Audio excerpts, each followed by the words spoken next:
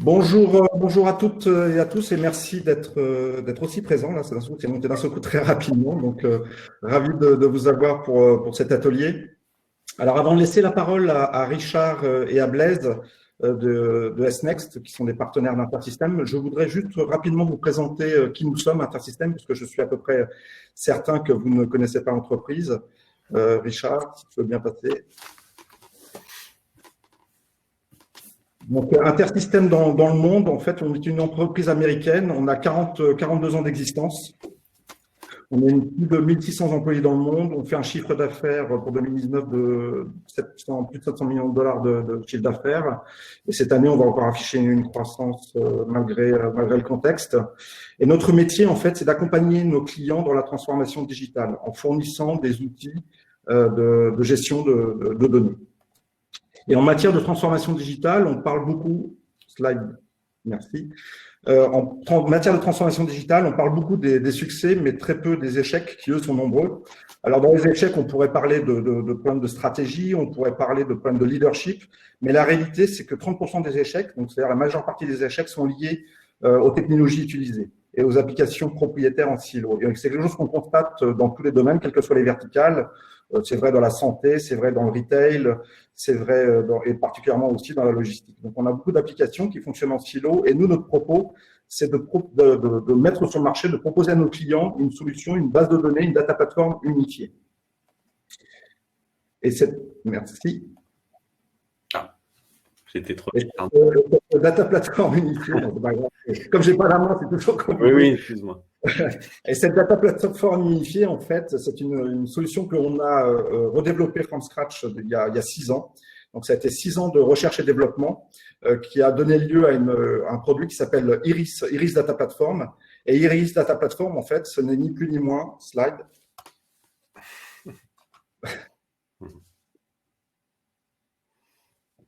Merci.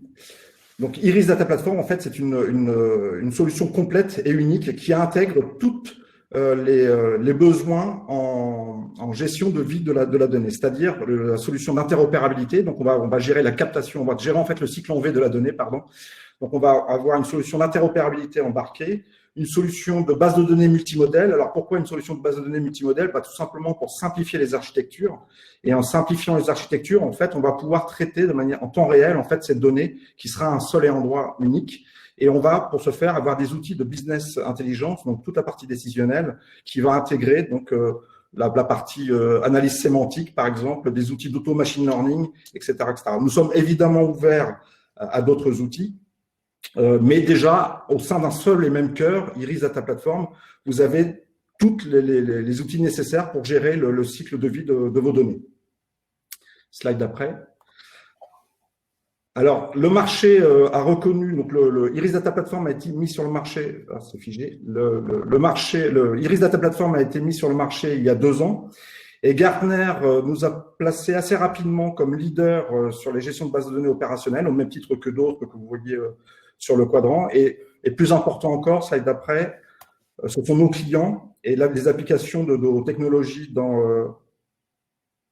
voilà, avec nos clients. Et là, alors je pourrais vous en citer plusieurs, mais les clients principaux, j'en ai pris 3 ici pour cet atelier. Je pourrais vous citer CFAO.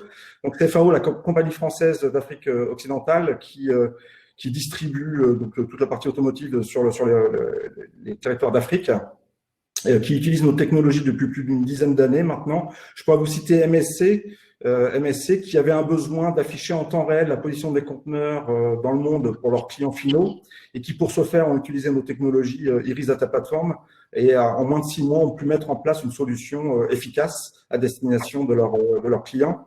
Et puis pour des enjeux de performance, parce que je vous parlais tout à l'heure de bases de données unifiées, et puis un socle unique en fait qui permet justement d'augmenter ses performances et de réduire aussi les coûts d'exploitation.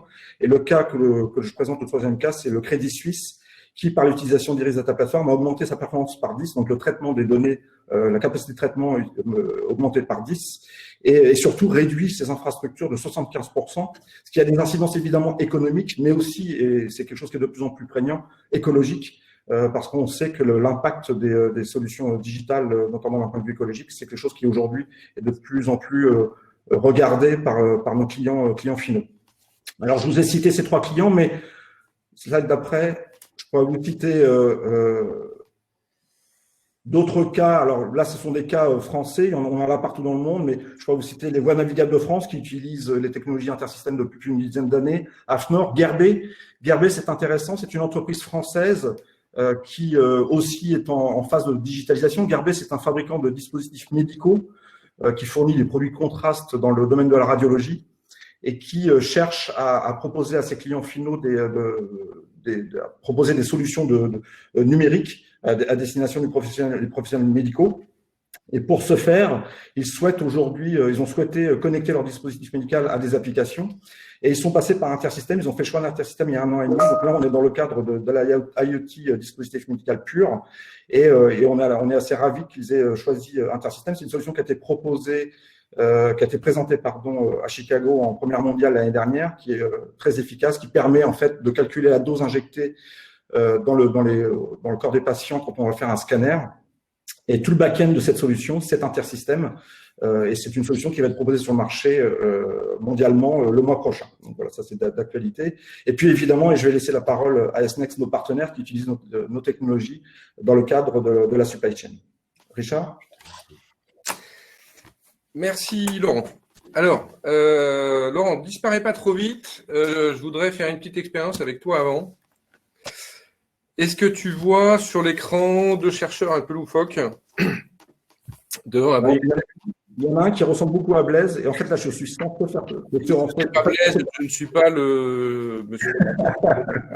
Alors, nos chercheurs, ils ont placé 3 boules en haut d'un banc d'essai. D'après toi, Laurent, laquelle va arriver en premier en bas à droite du banc d'essai? Est-ce que c'est celle qui va suivre la ligne droite? Est-ce que c'est celle qui va prendre la courbe la plus plantue ou est-ce que c'est celle qui va suivre la pente intermédiaire?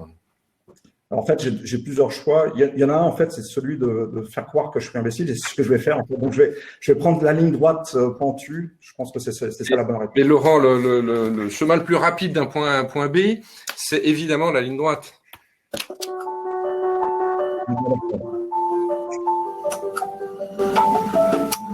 Bon, ok. En fait, non. C'est la pente intermédiaire qui est la plus rapide. Ce n'est ni la plus courte, ce n'est pas non plus celle qui permet de prendre le plus de vitesse. Pourtant, c'est celle qui permet à la boule d'arriver dans le temps le plus court à destination. Alors, que nous apprend cette vidéo? Elle nous apprend que les apparences sont parfois trompeuses. Merci Laurent pour ta participation active, tu nous l'as bien montré. Et ce que ça montre, c'est que on peut être trompé par des idées préconçues et ça peut nous amener parfois à prendre de mauvaises décisions. C'est ça le lien avec notre sujet supply chain. Et chez SNext, on a justement identifié trois notions que l'on considère contre-intuitives dans le domaine de la supply chain. Pour commencer, le client souhaite-t-il toujours être livré le plus vite possible? Alors, dans l'absolu, oui. Un délai de livraison, c'est un avantage concurrentiel. Ça permet de gagner des parts de marché, évidemment. En e-commerce, c'est assez clair aujourd'hui. On nous permet de plus en plus des livraisons de plus en plus courtes jusqu'à livraison en 1 heure. C'est vrai aussi en B2B pour la livraison d'un artisan qui a besoin d'un produit maintenant pour continuer son chantier ou encore une pièce de rechange dans l'industrie. Mais un délai court, ça se paye. Et le meilleur délai, c'est d'abord celui qui correspond aux besoins de votre client et surtout, c'est le délai fiable, celui que vous êtes capable de tenir à chaque fois et qui permet de conserver la confiance de votre client. Deuxième point, alors la crise du Covid a montré à ceux qui en doutaient encore qu'une prévision juste, malheureusement, ça n'existe pas et que même la notion de fiabilité de la prévision, c'est assez discutable dès lors qu'un incident, un aléa, modifie sensiblement le scénario initial. Ces perturbations particulières en ce moment que l'on vit de nos chaînes logistiques, elles nous obligent à revenir à une question fondamentale sur l'usage de la prévision et le sens de tout l'effort que l'on met pour fiabiliser cette prévision. Alors, une bonne prévision, elle permet de répondre à des questions bien précises pour prendre des bonnes décisions. Par exemple, quel est le chiffre d'affaires des semaines, des mois qui viennent pour piloter la trésorerie? Encore, quel objectif fixer aux commerciaux pour le prochain trimestre, pour les dynamiser, mais sans les décourager? Autre usage de la prévision, combien de personnes mettre dans l'entrepôt pour absorber la charge des jours qui viennent? Et puis enfin, quels sont les articles qui nécessitent de passer dès maintenant une commande d'appro, et si oui, dans quelle quantité? Alors, parfois, dans ce dernier cas, justement, pour piloter les appros, il arrive que la demande d'un article soit trop erratique pour qu'on puisse prévoir la demande des clients dans les jours, dans les semaines ou les mois qui viennent. Et pourtant, on approvisionne ces articles. On le fait en estimant la demande maximale sur une période donnée. C'est-à-dire la prévision de la demande au sens classique, au sens hebdo-mensuel, elle est non seulement impossible, elle se révèle inutile parce que, en fait, on a d'autres moyens pour piloter les appros que cette prévision classique. Et puis, troisième point, et c'est celui sur lequel on va s'attarder ensemble ce matin. Que doit-on faire si on veut augmenter la disponibilité d'un article? Je suis d'accord avec vous, c'est bien l'augmentation du stock au niveau d'un article qui permet de sécuriser sa disponibilité. En revanche, appliqué sur des centaines ou des milliers d'articles, on constate, en général, que la recherche d'un meilleur taux de service conduit dans le même temps à baisser le stock. Alors attention, je ne dis pas qu'il faut baisser le stock pour améliorer le taux de service. Je dis que la recherche de l'amélioration du taux de service conduit à diminuer le stock. Et c'est ce qui nous permet de l'affirmer, c'est que c'est ce que l'on constate en pratique en général. Et c'est ce que nous avons constaté aussi dernièrement avec un de nos clients. Et on va voir ensemble pourquoi en réalité c'est parfaitement logique. Alors, comme je vous disais, on a travaillé récemment avec un client qui a une activité industrielle de production, mais aussi de négoce. Il a au total un peu plus de 3000 articles, de délais d'appro extrêmement variables, de 3 jours pour des articles fabriqués en interne ou avec des fournisseurs très très proches, jusqu'à plus de 3 mois pour des produits qui sont approvisionnés en sourcing lointain en Asie. Ils ont une problématique de cycle de vie qui est plutôt moins critique que dans d'autres entreprises, avec des gammes plutôt stables dans le temps, plutôt peu de renouvellement et une problématique de promotion aussi assez simple. En revanche, des gammes très variées et des profils de clients extrêmement différents. Et donc, une demande très difficile à anticiper. Alors, bien que le négoce ait pris une part importante dans leur activité, ils ont une culture encore très industrielle, avec beaucoup de valeur attachée aux produits et une culture très tournée vers le service client, mais pratiquement pas de culture supply chain. Et donc un service commercial qui met une pression constante pour augmenter les stocks par peur de manquer et sans stratégie définie. Enfin, un service approvisionnement réduit au strict minimum, ils ont 2 personnes, et qui au final donc jusqu'à maintenant, n'avait pas du tout les moyens de résister à cette pression du commercial, surtout que jusque-là, il n'y avait pas eu de pression de la finance pour contrebalancer cette pression du commercial. Au moment où il nous a contacté, ce client, il commençait justement à se soucier du coût du stock. Ce qu'il nous a demandé, c'était si on pouvait diminuer ce stock dans l'objectif de libérer de la trésorerie. Il avait conscience des temps sur stock, mais il ne savait absolument pas de combien. Et surtout, il ne savait pas du tout comment s'y prendre pour ne pas impacter négativement son taux de service. C'était son souci de continuer à servir ses clients.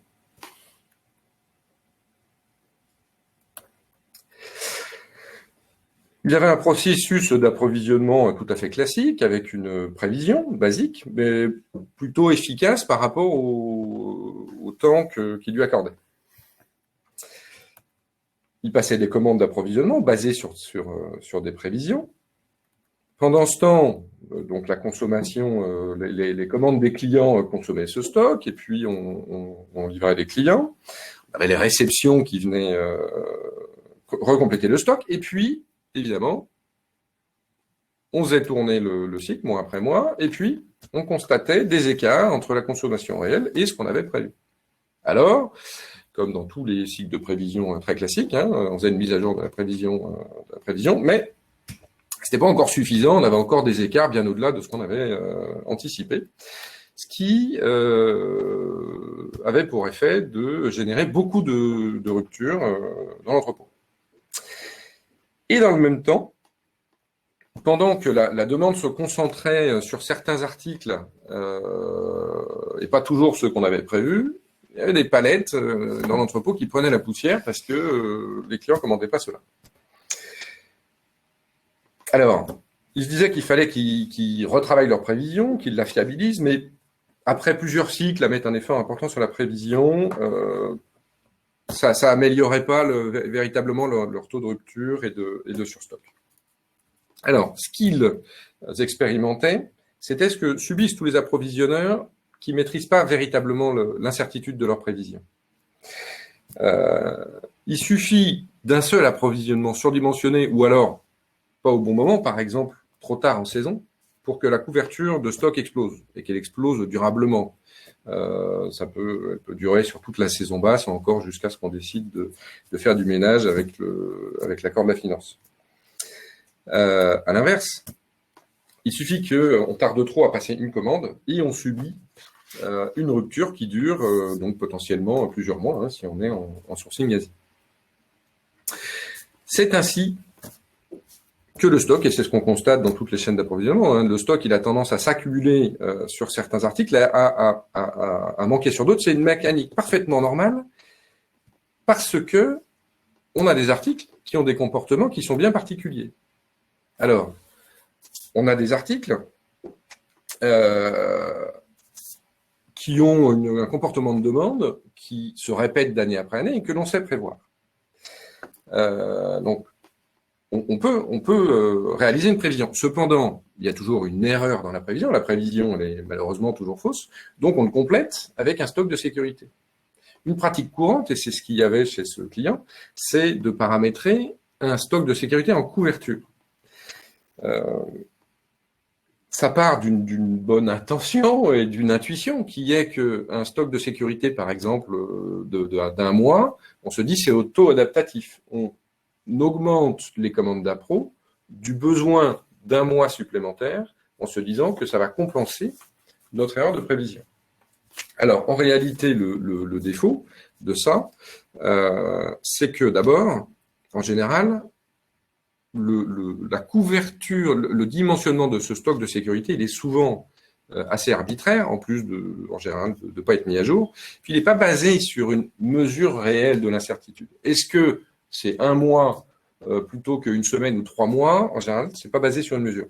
Et pire, pour des articles saisonniers, alors comme l'article dont vous voyez le graphe à l'écran, ce mécanisme a tendance systématiquement à générer un surstock en fin de saison haute, c'est-à-dire que ce mois de stock de sécurité à la fin de la saison haute, il se transforme en 6-8 mois de couverture en saison basse. On a aussi les articles dont la demande, on en parlait précédemment, est trop erratique pour être prévision. Alors, on a le cas de figure où on a des petites quantités. L'exemple que vous voyez à l'écran, on a des commandes entre... Alors, la plupart des semaines, on vend 0, certaines semaines, on vend 4 et d'autres, on vend 2. Bon, c'est des petites quantités. Puis, vous avez exactement la même chose sur des articles qui ont le graphe à la même tête, sauf que l'échelle a changé. Et cette fois, on a la plupart du temps 0, mais certaines fois, on a des clients qui nous passent des grosses commandes, par exemple plus de 1000 dans cet exemple. Et si ce sont des articles qui ont un prix d'unitaire élevé, ce sont des articles sur lesquels il est très coûteux de maintenir un taux de service basé sur du stock. On voit bien donc qu'on a différents comportements, différents types d'articles, et on peut adapter un mode de gestion au comportement de chacun. Dans le premier cas, on a donc une prévision dont on sait qu'elle va être fausse. On peut dimensionner un stock de sécurité qui est basé sur la prévision de cette erreur. De même qu'on peut prévoir la demande, on peut prévoir l'incertitude sur cette demande. Et on dimensionne un stock de sécurité sur cette mesure et cette prévision de l'incertitude. Dans le deuxième cas, il est assez facile de se rendre compte que on ne peut pas prévoir la demande sur les jours, les semaines, les mois à venir. En revanche, on voit bien que sur une période de temps donnée, on peut prévoir la consommation maximale, statistiquement. On voit bien que sur quelques semaines consécutives, dans cet exemple, donc la courbe bleue du milieu, on ne va pas dépasser 8. Donc tant qu'on a 8 unités en stock, on couvre la majorité de la demande. Et puis, dans le troisième cas, on a certains articles que l'on peut décider par exception de gérer à la commande. Et dans ce cas, c'est en accord avec le service commercial que l'on s'entend par exception pour communiquer à nos clients que sur cet article, le délai ne sera pas de 3 jours, mais potentiellement de 3 semaines ou 3 mois suivant le temps d'appel. Blaise à côté de moi, qui dirige donc nos développements et l'expérience utilisateur. Est-ce que tu peux nous présenter ce qui fait l'originalité des solutions que l'on développe chez SNext? Tout à fait, Richard. Merci. Alors, pour répondre à ta question, je pense qu'il faut qu'on reparte d'un constat. Ce qu'on a constaté, c'est que beaucoup d'outils existent dans la supply chain, parfois très puissants, mais ils sont souvent très complexes pour l'utilisateur. Du coup, l'utilisateur se retrouve à devoir arbitrer sur des paramètres qu'il comprend pas toujours et évidemment, ça donne pas confiance en ce qu'on choisit. Donc, ce qu'on a vu aussi, c'est que cette complexité d'usage, certains utilisateurs, ils vont jusqu'à préférer justement utiliser Excel. Les données sont transférées dans Excel, les données en sont ensuite retravaillées et l'utilisateur, souvent expert d'ailleurs, construit son propre modèle. Le problème de ça, c'est que malgré la souplesse d'Excel, c'est un produit très complet, c'est vrai, mais on a un problème de collaboration et on sait que dans la supply chain, une des clés justement, c'est le partage de l'information. Donc l'industrialisation est un problème, l'industrialisation du processus. Et en plus de ça, cette feuille Excel est souvent maîtrisée par une seule personne dans l'entreprise. Alors comment faire dans ces conditions? Alors chez SNext, on a essayé de prendre le problème avec un angle différent. Le constat est simple, la supply chain nécessite de prendre une multitude de décisions sur des problèmes très précis. Donc tout naturellement, on a fait le choix de focaliser sur ces problèmes précis. Des problèmes opérationnels très concrets qui nous semblent indispensables, avec l'exemple qu'a cité notamment Richard, mais paradoxalement dont on constate qu'ils sont peu adressés par le marché aujourd'hui. Donc chaque service SNext répond à une seule question, et ce qui nous permet en fait de simplifier l'expérience utilisateur, qui est un objectif majeur pour SNext, pour SNext. Donc, ce que vous voyez ici à l'écran, en fait, c'est le service de catégorisation. Donc, c'est celui qu'a présenté Richard. Chaque produit est classé automatiquement. L'action demandée à l'utilisateur est de valider ou non cette recommandation qui est proposée par le logiciel. Donc, l'utilisateur peut vérifier la recommandation en visualisant les données qui sont affichées dans l'interface. Toutes ces informations, elles sont centrées sur la résolution unique de ce problème. On évite d'avoir justement une complexité d'informations qui ne sont pas nécessaires. Alors, ce n'est pas des informations brutes, mais ce sont des informations qui sont issues de traitements puissants. Autrement dit, ce sont des insights. Donc, plutôt que de transférer une grande partie de la complexité à l'utilisateur dans ses choix, dans l'interface, c'est l'inverse. SNext prend à sa charge, en interne et de manière transparente, le traitement de l'information grâce à des algorithmes que je vais détailler, des algorithmes puissants de machine learning. Donc, je vais vous illustrer ça justement dans les 2 slides suivants. Ce sont des algorithmes qui ont été développés par le lab SNext c'est le fruit de plusieurs années d'expérience, d'expertise qui sont réunies au sein de l'équipe. Par exemple ici, donc par exemple la détection automatique des changements de comportement. On sait qu'il y a une limite. Cette détection, elle existe dans les outils, mais souvent elle est basée, la méthode classique, basée sur l'analyse de l'écart type et des moyennes de vente. Or, cet écart type et la moyenne peuvent rester stables malgré des changements, ce qui rend complètement inopérant la détection. Nous, on a travaillé, donc les data scientists de SNEXT ont mis au point un algorithme qui s'affranchit de ses limites et du coup qui est en mesure d'identifier très rapidement les changements et surtout dans tous les cas de figure. Donc, ce que vous voyez à l'écran, c'est une représentation graphique du fonctionnement. Ce que la ligne bleue, c'est l'historique de vente. La ligne verte, c'est ce qui représente le comportement normal. Et la ligne orange, ce sont les écarts à la hausse ou à la baisse. Alors tout ça, c'est pas présenté à l'utilisateur, mais c'est derrière donc utilisé pour générer donc les données, ces données qui sont ensuite utilisées et croisées avec d'autres informations pour enrichir l'interface utilisateur. Donc, vous voyez bien que là aussi, d'un point de vue technique, Intersystem Iris est central pour nous pour gérer en fait l'ensemble de ces données. Si je continue sur un autre exemple, ici, c'est là aussi un algorithme qui est développé par SNEXT, qui est la détection automatique des paliers. Grâce à cet algorithme, le système est capable d'adapter automatiquement les périodes d'analyse pour la catégorisation. Par exemple, après l'ouverture d'un magasin, après la mise sur le marché de produits concurrents, évidemment, on a souvent des comportements de vente qui sont très différents. Et baser la catégorisation sur un ancien comportement ne serait pas juste. Donc là, cet algorithme, c'est un exemple de ce qui rend possible la simplification de l'expérience utilisateur, qui est un objectif de SNEXT. Grâce à lui, on évite la revue fastidieuse de milliers d'articles en amont du processus de catégorisation. Donc, je ne vais pas tout détailler, tous les détailler. Évidemment, il y a d'autres algorithmes qui sont à l'œuvre dans la solution SNEXT. D'autres sont en cours de développement.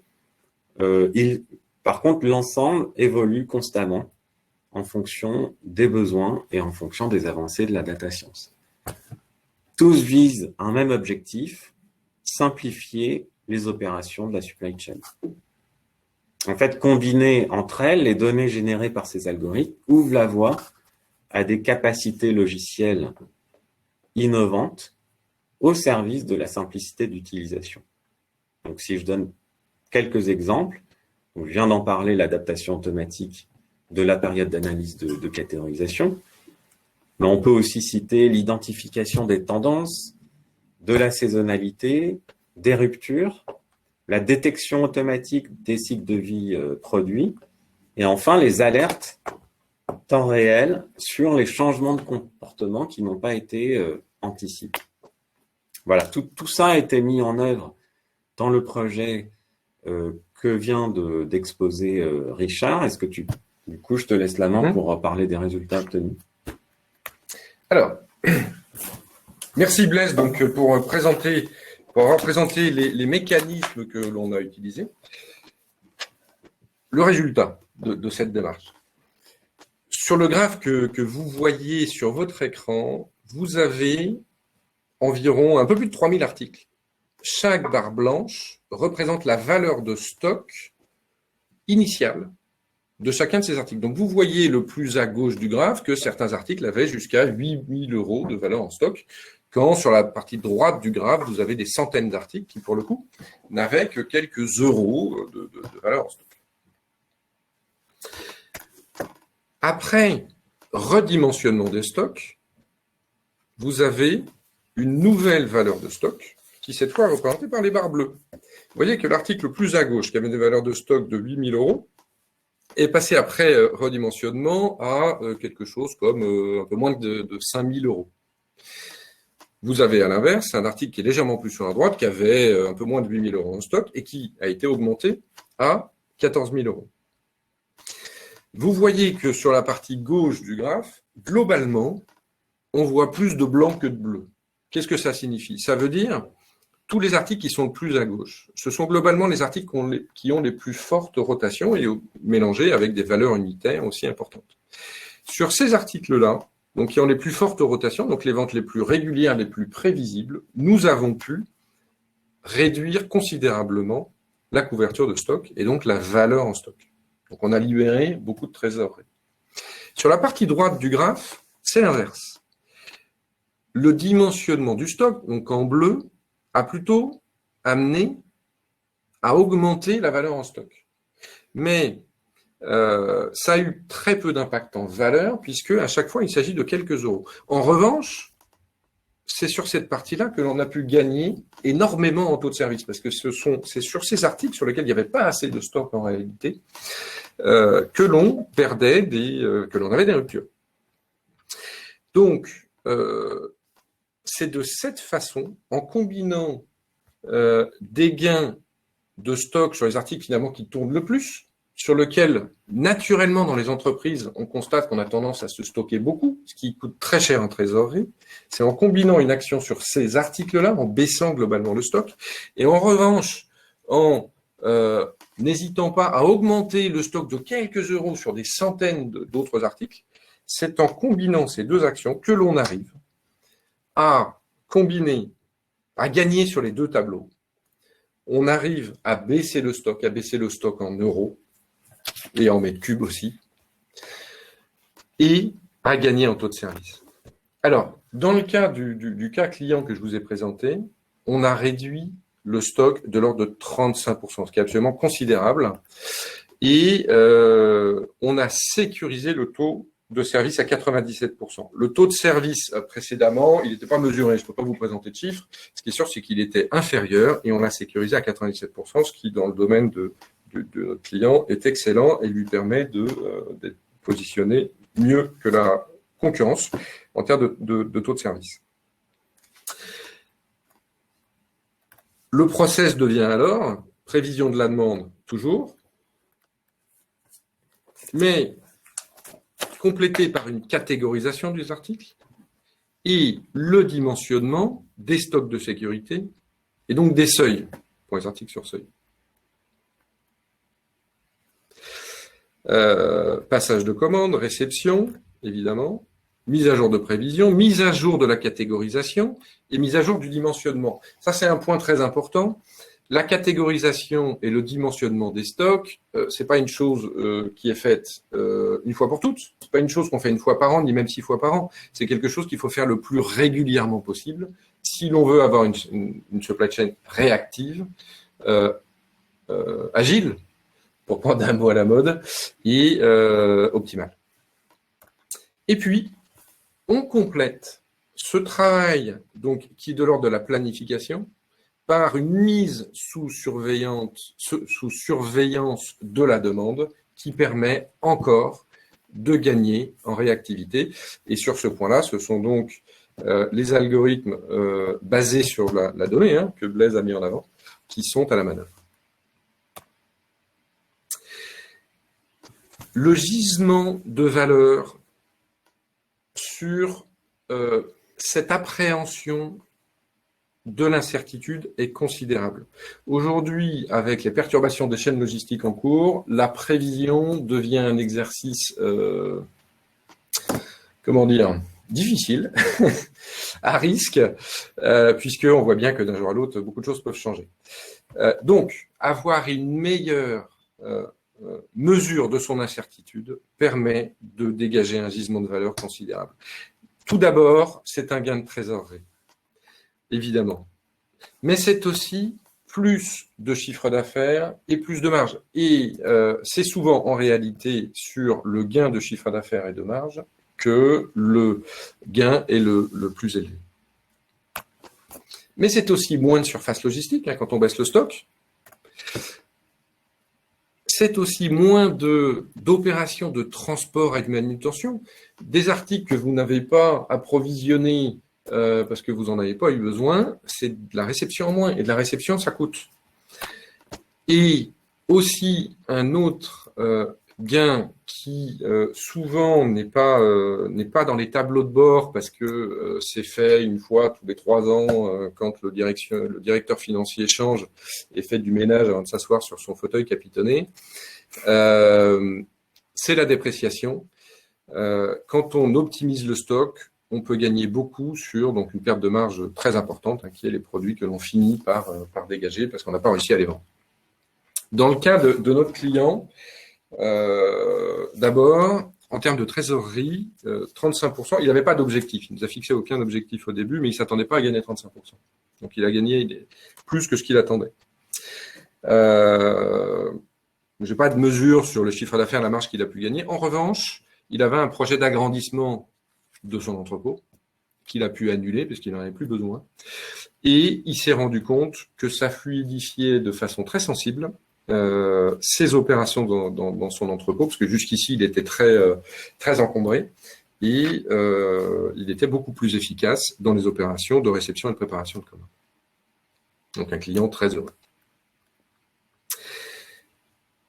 En supply chain, on a une chance importante, c'est que on peut gagner à la fois sur les axes court terme, que l'on vient de voir, plus de gains et moins de coûts, mais on peut gagner aussi, dans le même temps, par les mêmes actions et sans faire de compromis, sur les axes plus long terme. Tout d'abord, la satisfaction client, avoir des clients satisfaits qui reviennent, et puis aussi diminuer son empreinte écologique, qui est un sujet qui, depuis quelques mois, est vraiment en train de monter, aussi bien chez les industriels que chez les distributeurs. Aujourd'hui, le sujet remonte très très fort. S-Next, vous l'avez compris, nous sommes d'abord des éditeurs de solutions SaaS. Donc, solutions SaaS, ça veut dire sur abonnement, ça veut dire sans engagement et très simple à intégrer. Et ce sont des solutions qui viennent en complément des outils existants. Si S-Next a été créé, c'est parce que nous considérons qu'un certain nombre de sujets restent très mal adressés aujourd'hui pour piloter la supply chain et la gestion de l'incertitude de la prévision de demande, c'est au cœur en tout cas de nos premières solutions. Donc, venir en complément de votre ERP, de vos outils de prévision de la demande pour répondre aux questions auxquelles vous avez du mal à répondre aujourd'hui et répondre de façon transparente. Vous avez un système qui vous fait des préconisations, qui vous aide à comprendre pourquoi ces préconisations ont été faites et qui vous aide à les expliquer à vos parties prenantes. Je pense évidemment au marketing, au commercial, à la direction financière et à votre direction générale. Mais S-Next, c'est aussi, alors, dans le but de révéler tous les gisements d'optimisation qui se cachent dans votre supply chain, en plus de nos solutions, on fait du consulting et notamment du conseil outillé. C'est-à-dire qu'on utilise nos outils pour vous aider à générer très rapidement des gains dans votre supply chain et on vous suit dans la durée. Donc, dans la maturité de votre maturité supply chain, on fait notamment des formations. Et puis, Blaise l'a cité, on a un lab qui peut vous accompagner pour tous vos projets d'innovation, pour tout ce qui est notamment un usage profitable des technologies qu'on a à disposition aujourd'hui. Je pense à l'intelligence artificielle. On fait des formations aussi. Et on travaille en ce moment, donc au sein du lab, beaucoup sur la logistique urbaine, par exemple, et aussi sur l'exploitation de données non structurées du texte pour faciliter la prise de décision.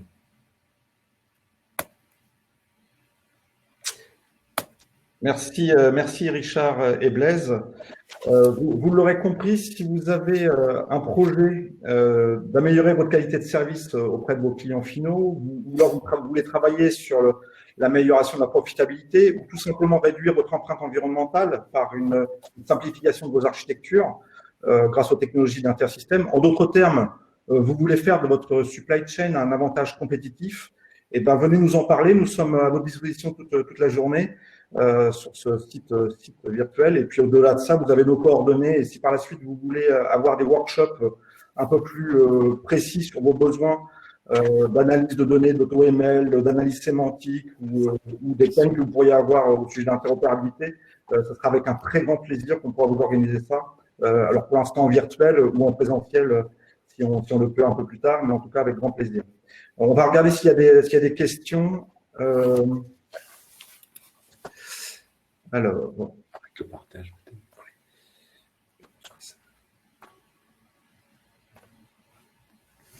Alors, vous avez un onglet dédié aux questions. Alors, effectivement, je vois des questions. Vos algorithmes sont-ils AI ou algorithmes non AI? Donc là, clairement, on a les deux. Ouais. On a les deux, oui, on a les deux. En fait, on n'est pas là-dessus, on n'est pas dogmatique, j'allais dire. On cherche surtout à répondre à l'usage derrière l'interface. Donc, on a des data scientists en fait au sein de l'équipe qui sont très, experts sur leur domaine, mais qui n'hésitent pas aussi à avoir recours à des algorithmes statistiques plus classiques. C'est vraiment on voit un vrai avantage à la combinaison des deux. Il y a une question sur le lien entre Iris et SNext. Alors en fait, le lien il est entre Intersystem et SNext. Intersystem, en fait, nous sommes le fournisseur des outils. En fait, on constate quand on veut travailler de la donnée aujourd'hui et travailler cette donnée devient un enjeu stratégique pour beaucoup d'entreprises, quel que soit le domaine. On le voit particulièrement en ce moment dans la finance. On est de plus en plus prégnant, nous, Intersystem, dans la finance pour des raisons de performance. Mais c'est aussi vrai aujourd'hui dans la supply chain, qui est aujourd'hui un enjeu stratégique dans le lien que l'on peut avoir avec ses clients finaux, mais aussi dans la santé. Voilà. Mais globalement, on voit que dans tous ces domaines-là, en fait, avoir des outils performants qui sont capables de ce qu'on appelle scaler, c'est-à-dire de traiter un très grand volume de données de manière très rapide en temps réel. Tout ça pour faire quoi? Pour avoir un 360 autour de son patient, une optimisation logistique dans le domaine de la supply chain et temps réel. On a besoin, pour faire ça, d'avoir des outils en mode industriel. Alors, c'est des choses qu'on peut faire de manière avec des architectures qui sont des fois très complexes à maintenir et qui ne permettent pas ce temps réel. Nous, le parti pris d'Intersystem, c'était de fournir au marché et à nos partenaires un outil industriel stable, sécurisé, qui permet de traiter un très grand volume de données, quelle que soit sa nature, au même endroit, donc au sein d'une seule et même base de données, et pas dans différentes bases de données, et de mettre cet outil à disposition de nos partenaires. Donc cet outil s'appelle Iris Data Platform. Comme je l'ai expliqué tout à l'heure en introduction, en fait, on va gérer la captation de la donnée, le stockage de cette donnée au même endroit pour pouvoir l'attaquer avec des outils d'analyse en temps réel. Et ces outils-là, en fait, cet outil est mis à disposition de SNext. Et SNext est à la fois un client et un partenaire. Un client parce qu'ils utilisent eux-mêmes cet outil Iris Data Platform pour vous proposer un service. Si vous souhaitez juste avoir le service, quand je dis juste, ça vous l'avez compris, c'est assez quand même évolué, mais le service rendu par SNext va être rendu au travers de nos outils et eux vont vous rendre le service dont vous avez besoin. Mais si vous souhaitez vous doter de l'outil Intersystem et d'avoir comme conseiller technique comme SNext, c'est aussi possible. Ce qui est certain, c'est que vous gardez la main, vous, clients finaux, sur la gestion de vos données. Vos données vont être là où vous voulez qu'elles soient. Elles peuvent être dans le cloud. Nous sommes présents sur toutes les marketplaces dans ce domaine-là. Elles peuvent être en premise sur site, etc. Mais voilà. Donc, la relation qui est entre Iris Data Platform et SNext, c'est en fait SNext utilise les outils mis à disposition par Intersystem pour vous rendre le service attendu. Alors, on scannait les autres questions. Alors, une question, comment on se situe par rapport au DDMRP? En fait, on a une philosophie qui est relativement proche. Je vois qu'il y a plusieurs questions sur ce sujet, donc je pense que ça a été bien saisi. Dans la mesure où l'idée est bien d'avoir une approche plus complémentaire, plus complète que de tout miser sur la prévision. Aujourd'hui, on voit bien que la prévision ne suffit plus, et donc on a de plus en plus de gens qui se posent la question du DDMRP. On y répond. Alors, on est peut-être, on ne cite pas le mot DDMRP, mais on a une philosophie vraiment très proche. Tu veux répondre sur les interfaces avec les ERP, Blaise, peut-être? Oui, alors oui, est-ce que vous interfacez avec tous les ERP? Ça, on utilise justement Intersystem pour ça. Donc l'expérience d'Intersystem, c'est justement de se connecter avec les ERP. Donc il y a tout ce qu'il faut et on le fait très rapidement, que ce soit par API directement ou par transfert de fichiers réguliers en mode batch. Ce que propose Intersystem, c'est justement de simplifier en fait cette mise en place sans avoir à changer l'existant, mais en venant se mettre en place en fait en top de l'existant et de permettre d'analyser les données, c'est-à-dire de briser les silos qu'il peut y avoir entre les différentes applications, agréger au sein d'une même seule base de données l'ensemble des datas et pouvoir les traiter en temps réel. Et sur ce traitement, on a divers outils. Alors, on n'est pas exclusif. On va utiliser aussi des outils qui sont existants sur le marché parce que ce serait très prétentieux de dire qu'on sait tout faire. Mais on a déjà simplifié beaucoup de choses. On les a structurés pour les industrialiser avec une certaine stabilité, une certaine pérennité de solutions. Et par les temps qui courent sur ces sujets qui sont très innovants, avoir ce confort de pérennité, c'est important, c'est un enjeu important, surtout quand il devient stratégique. Mais les outils qu'on va utiliser au sein même d'Iris Data Platform vous permettent déjà de travailler la donnée. On a par exemple mis sur le marché il y a récemment des outils d'auto-ML, donc d'auto-machine learning, qui avec 3 lignes de code, alors là je parle aux développeurs, mais avec 3 lignes de code, sans être forcément un data scientist, on va déjà pouvoir commencer à travailler, à trouver la pertinence de l'usage de l'auto-machine learning dans ce domaine. Ok, oui, je vois une dernière question. Est-ce que le client gérait son stock complètement apériodique, point de commande? Il gérait les commandes étaient déclenchées par le calcul de besoin de l'ERP basé sur la prévision, tout simplement. Donc c'était apériodique, mais pas à point de commande, basé sur le calcul des besoins. Bon, je vois qu'on a pris un peu de liberté en dépassant beaucoup. En tout cas, c'était déjà, je voyais pas autant de monde, donc c'est très très agréable et on vous en remercie vraiment de l'intérêt porté à notre travail. Nous sommes évidemment à disposition. N'hésitez pas à venir nous voir sur le chat et comme je le disais tout à l'heure, même vous organisez, c'est des choses qu'on fait souvent sous NDA, donc sous le sceau du secret. Vous organisez des workshops sur des thématiques très précises que vous souhaiteriez aborder avec nous. Juste pour voir un petit peu et comprendre un peu mieux notre proposition de valeur, nous sommes évidemment et avec grand plaisir à votre disposition. Voilà, je vous souhaite un très bon salon, une bonne continuation, et puis on vous attend nombreux sur notre stand. Au revoir. Merci à tous. Merci. Laurent, tu retiendras que le chemin le plus court n'est pas toujours la ligne droite. Non, mais tu retiendras que je suis très bon public. Allez, bonne journée, merci.